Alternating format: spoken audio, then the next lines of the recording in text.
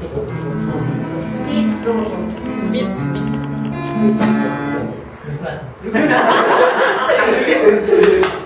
Я помню. Да. Evet anladım. Типа в чего? Herkesin. Ты представил, пусть он подберет, послушает. Вот.